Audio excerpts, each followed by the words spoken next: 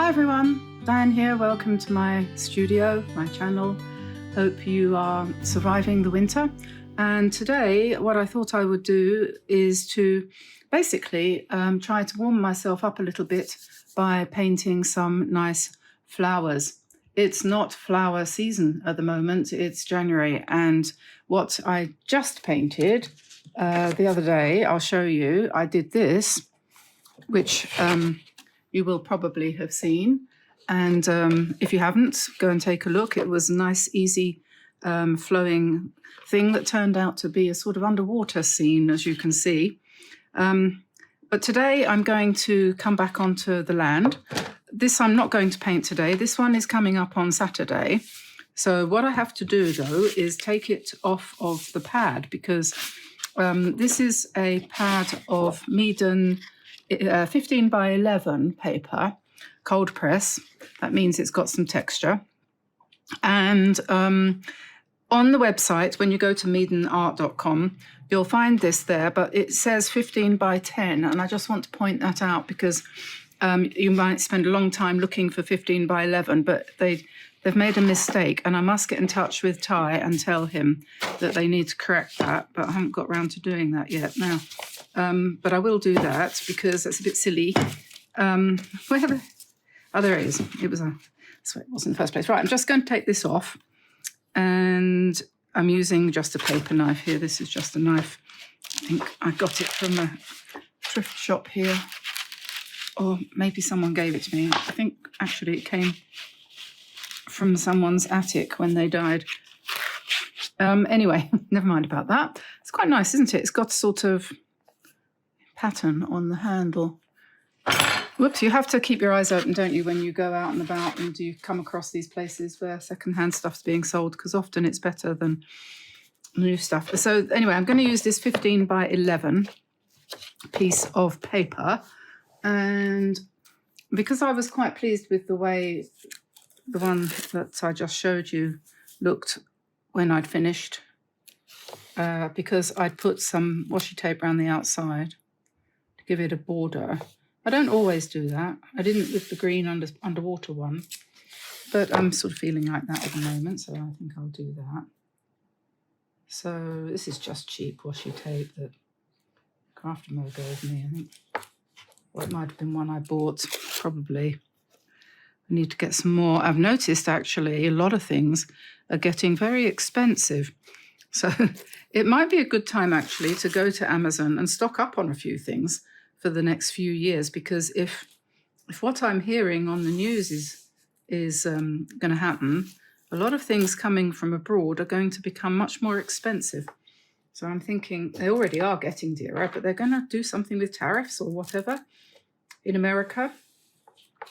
So I don't know whether that's actually going to transpire with the change of government, but I know that there's a lot of anxiety over all of that, and it's bound to send the prices up, isn't it? So, yeah, I'm thinking if I need anything, I might get it. So I'm using the Paul Rubens 5th generation set of tube paints here, and the title for this video was something along the lines of, why doesn't anyone use tube paints in watercolors anymore? I think it's probably because of convenience, because if you're anything like me and you've been painting a long time, you will possess something a bit like this, which is actually pretty organized. And I know that this is probably less than a lot of people have. I've divided them into reds, blues, yellows and greens,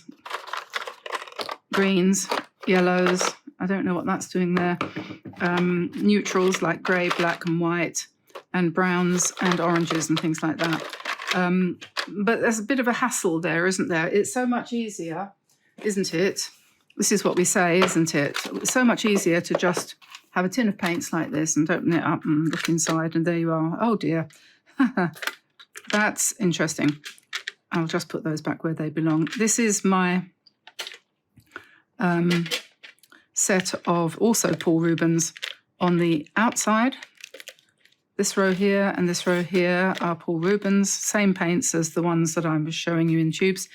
And in the middle, we've got some Michael Harding. And this is Very convenient if you're traveling around and so on and so forth. But honestly, if you are in your studio, if you have a studio or a permanent table set up, I think you might want to consider, it might not suit you, but it's definitely worth being aware of the fact that if you use tube paints, you will paint much more freely. So if you're one of those people who is trying to loosen up, one of the best things you can do to help yourself to loosen up is to swap from pans to tubes. And that is an absolute definite as far as I'm concerned. Just drinking my coffee before it gets cold. The reason that I've got this palette, this ceramic palette here on the, and I might have it on top and I might not, but if you see how white it is and how white this isn't, this used to be white, but until I can get around to getting my magic sponge out and giving it a really good clean, it's a bit on the yellowish side. So mixing colours is a little bit dodgy because you've got that yellow tint underneath, which changes the way the colours look. I need some clean water. At the moment, my water is not clean. It is dirty from the last painting. So I need to go and fill that up. And this one's empty, so that's no use either. Right, I shall finish my coffee. And I'll be back in 2 ticks. Okay, I've got my water now. Brushes. This is a reasonably big piece of paper, not huge, but reasonably big. So we might want to use perhaps a size 12. This is a size 9. This is a 5 or 6, something like that. Might even want to go down as far as a 4 or something like that if we want to do some fine lines.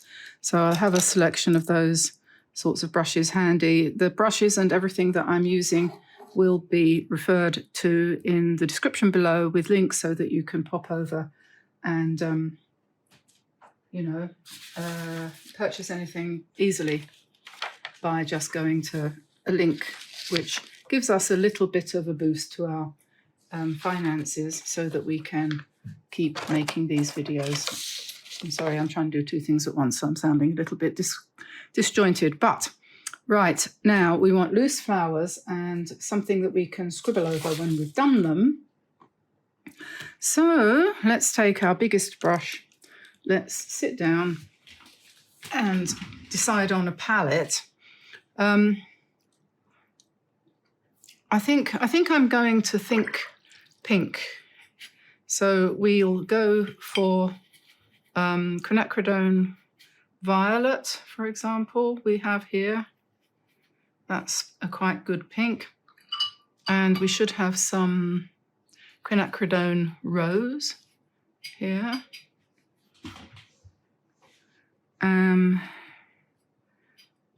And I'm looking for, well, there's quinacridone maroon. That's quite nice pink too.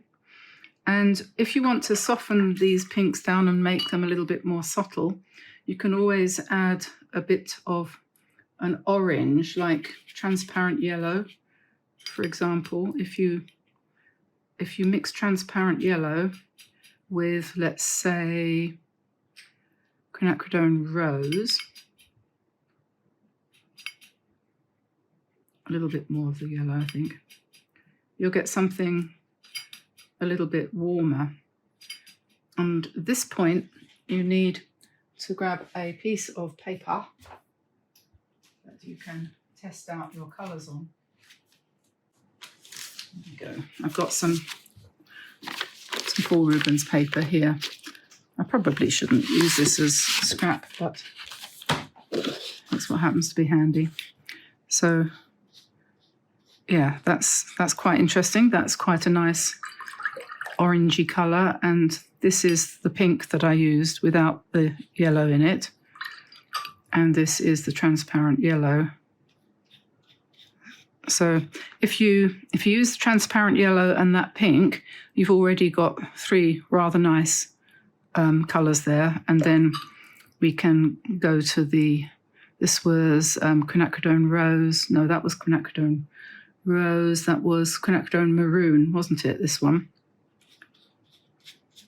I think. Quinacridone maroon, is that this one? Yeah. And quinacridone violet.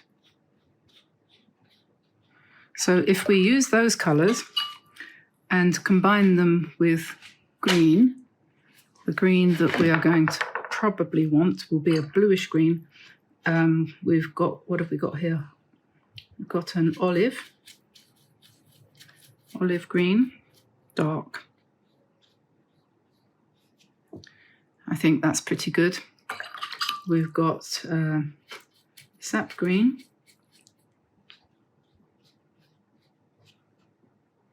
And we can, if we mix, what's this green? I don't know what green this is. I think this is pyrrole green. I don't think this one is a, oh no, that's burnt umber. So that's burnt umber mixed with dark olive. Yeah, that's good. Burnt umber mixed with dark olive. That gives you something like a pyrrole green, which I think would be a nice contrast with these pinks and things. Okay, so that's all the preparation that I'm going to do. Just give me my basic idea of a palette, and then I'm just going to splash some colours on. Let's start with this one that I mixed up.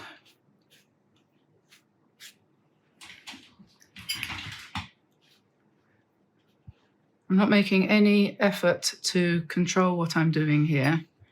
I'm just going to make big sploshes, big blobs, and let them run where they want to.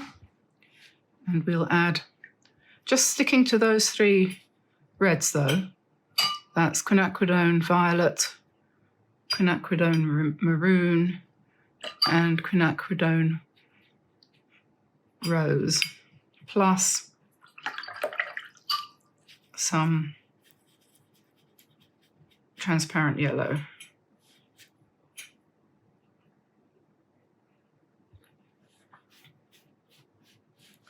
And you can add blobs of the darker colour in the middle, which will give you something, okay?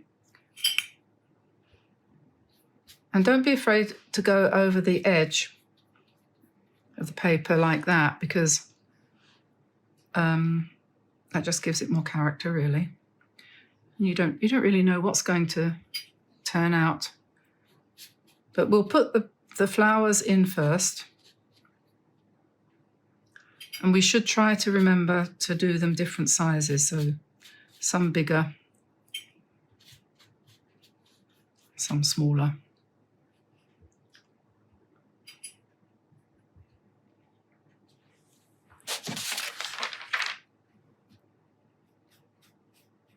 And some that look a little bit like buds. Let's pick up a bit more of the yellow.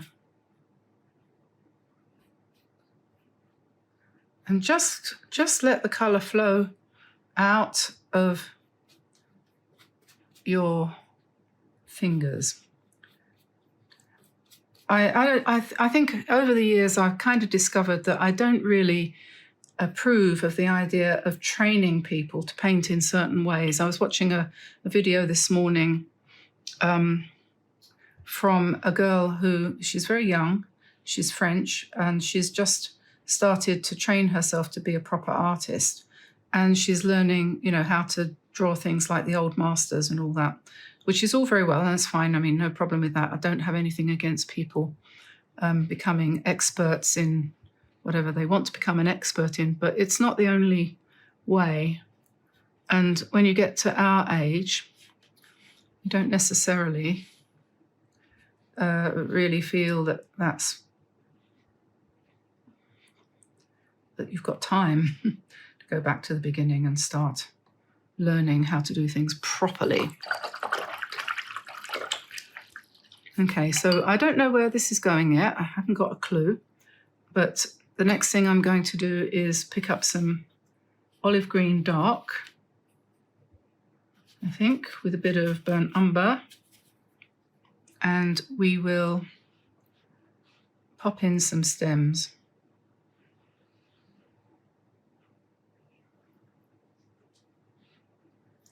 and some leaves.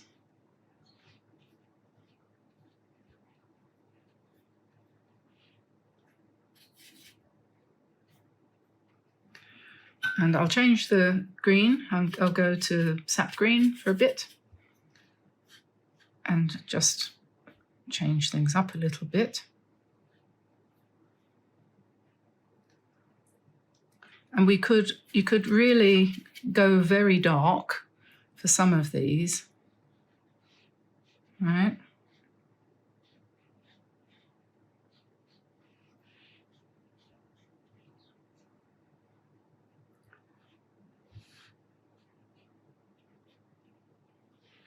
I think the fun of this is just sort of feeling the paint moving on the paper or not. Maybe you can't feel it.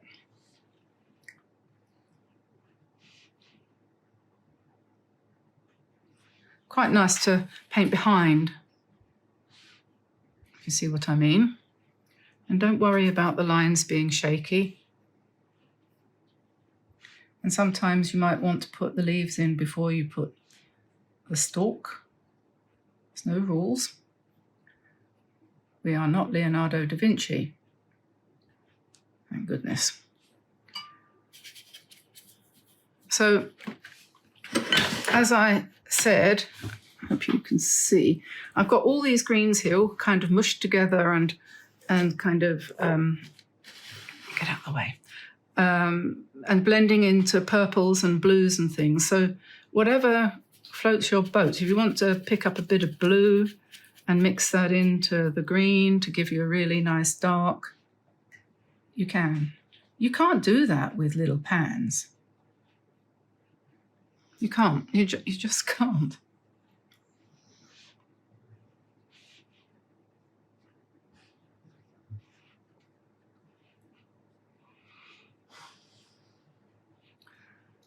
Okay.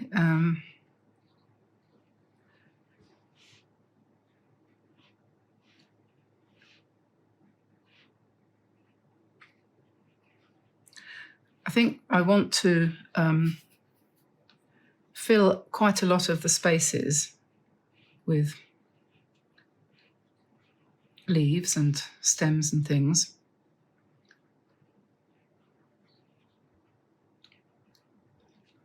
I think I might want to put a little bit more colour in, but I'll probably wait for that lot to dry first of all. But we might, yeah, I'm quite pleased with that so far. Just thinking maybe I'll take some of this burnt umber, mix it again with some green. It gives a nice, really good dark. It's not black.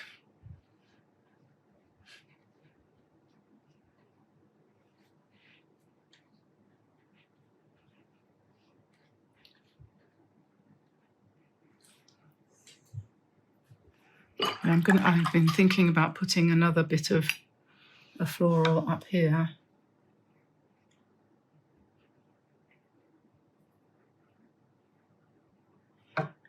Maybe here.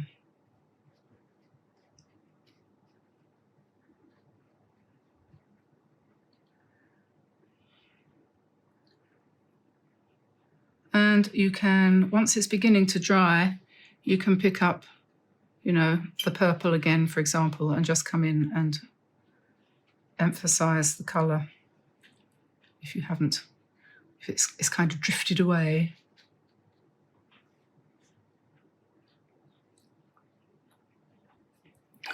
And once it's dry, you can also go really light and just put in some leaves which kind of go behind. You have to do that fairly lightly so that you don't disturb what's underneath. But you will find that that will kind of fill the gaps and make it look a bit more complete. But if you don't want to do that, you don't have to. It's not compulsory.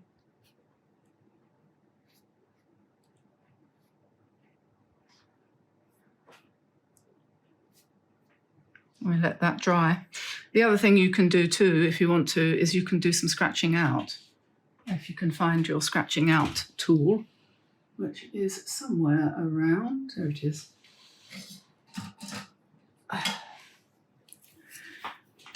And you can, when you've waited a little while, so it started to dry, like this one, for example, yeah, you can scratch in and you get some interesting lines. You'll get some darker lines showing up when you do that into the wet paint. And if it's a bit drier, you'll get a light line, and you can sort of drag things out as well, like that. And then later we can put some dots too, so that's another thing. You can do sort of squiggly lines like that as well if you want. Just spread the paint out like that. I'm just showing you different ideas, really. It's not to say that I would necessarily... Oh, and if it's nearly dry, you can scratch and you'll get lighter lines like that. Yeah, I'm trying to say it's not as if I would do all of these things on all of the paint, on all of the flowers, but I just want to show you what you can do. So now at this point, probably I might want to let it dry. I could, while I've got some of these damp too, we could put some lines in there. I'm not going to work. It's too dry, so that's okay. Never mind. Doesn't matter. We'll let that dry. Or I'll put the hairdryer on it. Okie doke, so that's dry now. And what I'm going to do is kind of go around and emphasize some of the colours. So giving a second layer.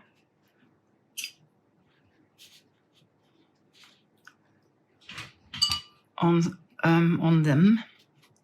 You might want to, well, you know, this is really entirely up to you.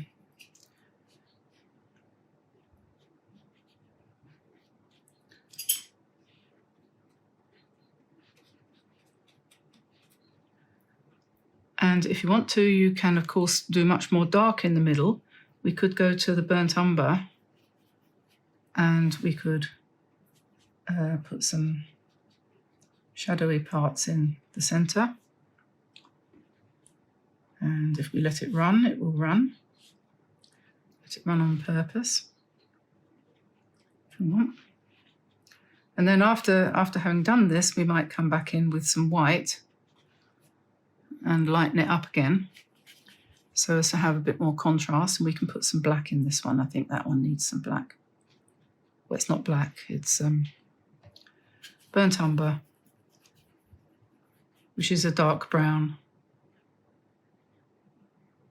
Well, brown umber, they're calling it. Yeah, mix it with a bit of green.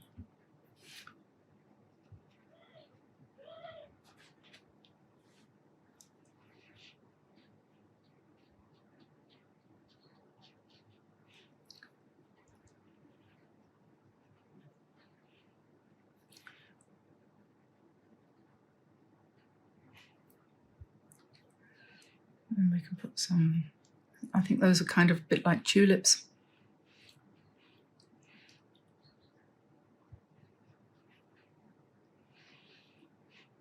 And you can build these up as much as you want or as much as they want, if you know what I mean. And we need to, I think about some veins. So we'll, again, some very dark green, and we might just put some veins in some of the leaves. I wouldn't do them all.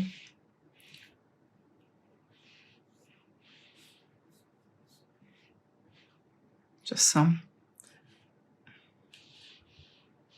And you might want to add a few more really dark ones, perhaps overlapping a bit, overlapping some of the light ones, like that.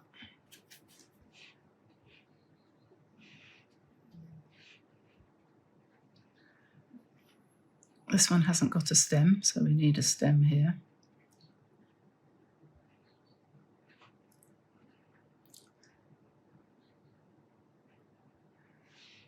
And, you know, you can fill up as much of the space as you want with whatever colour you want.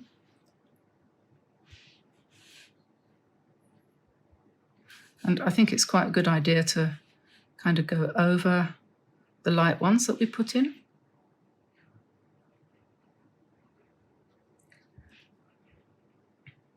Gives it a little bit of depth.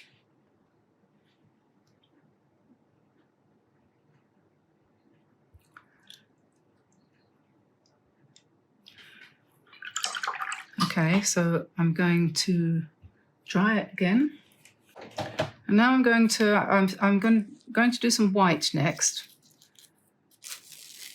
But in order to do that, I want to take the border off so we can see what we've got.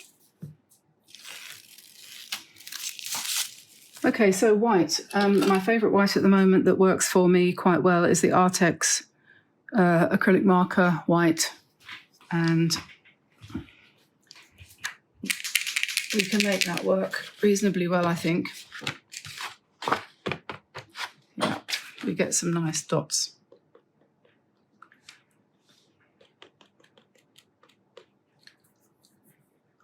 And we can do scribbles as well. You know, sort of any kind of thing like that.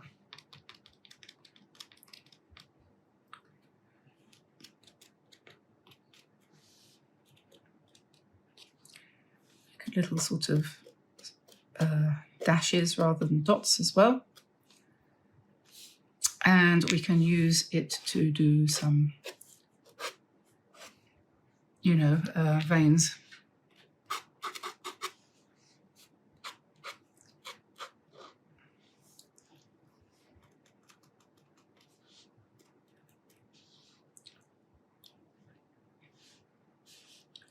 Turn it on its side, you can sort of scratch it out a little bit, like that.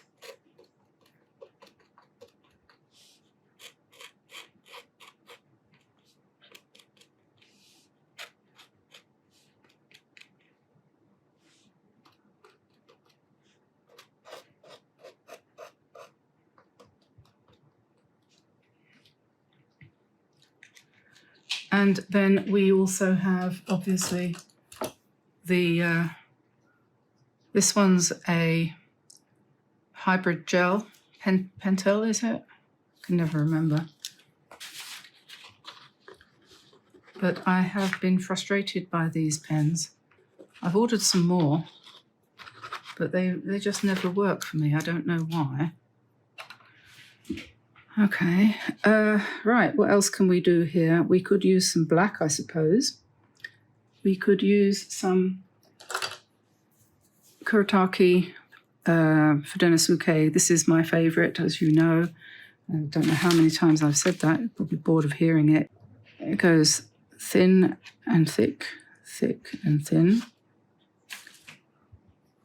So we could just use a few sort of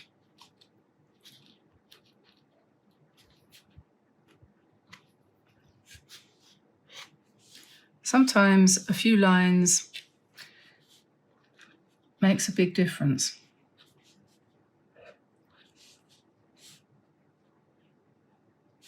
But then on the other hand, sometimes it's not a good idea.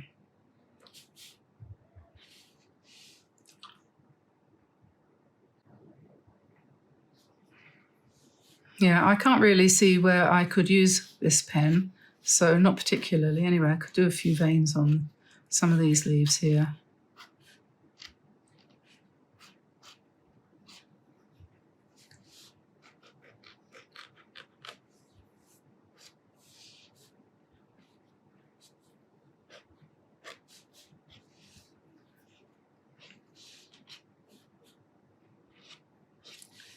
It's sometimes quite nice to go around. Depends on your mood, you know. Sometimes it doesn't work.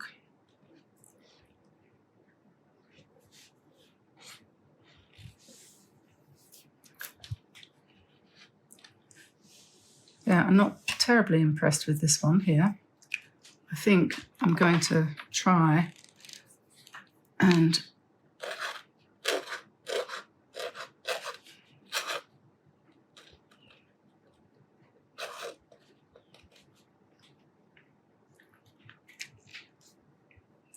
But if you do it once, you've got to do it more than once. That's the thing. If you do something like that, you've got to do it more than once, otherwise it doesn't look right.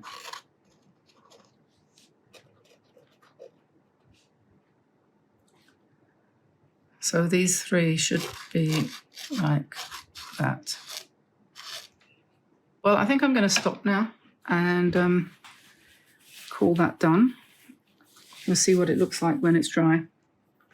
So there we are. I'm going to call that done. And just like everything that you do, sometimes you get some really good results and you're very happy with them. Like I really like this flower here. You can't expect everything to turn out brilliantly every time you play, because after all, it is just a matter of playing. But if you, I really actually very much like this section here. So what I might do if the time became available, I might cut a section like that out in a square sort of thing and use it as a card, a greetings card, or I might turn some of it into bookmarks, because you could take that section there, for example. Or I might wait for it to dry completely and then come back in with some gouache and make some alterations. It's up to you what you do, obviously. And main thing is to have fun. And I like my palette. I must admit, sometimes I think that the best works of art I've ever done have been my mixes of paints on my palette. So that's always something that you can console yourself with if the thing that you've done didn't turn out quite the way you hoped. Never mind, it doesn't matter. I'm going to go and take a pill and get rid of my headache and do some lunch. And I will see you again soon. And I hope that you enjoyed that and that I don't give you a headache. So I'll let you go. And thanks very much for being there. Thanks for your support. And don't forget, do give us a like and subscribe and turn on notifications. And if you haven't already, become a member either on YouTube or on Patreon. If you wouldn't mind, that would be greatly appreciated. So I'll let you go and I'll see you again soon. Bye for now, everyone. Bye-bye.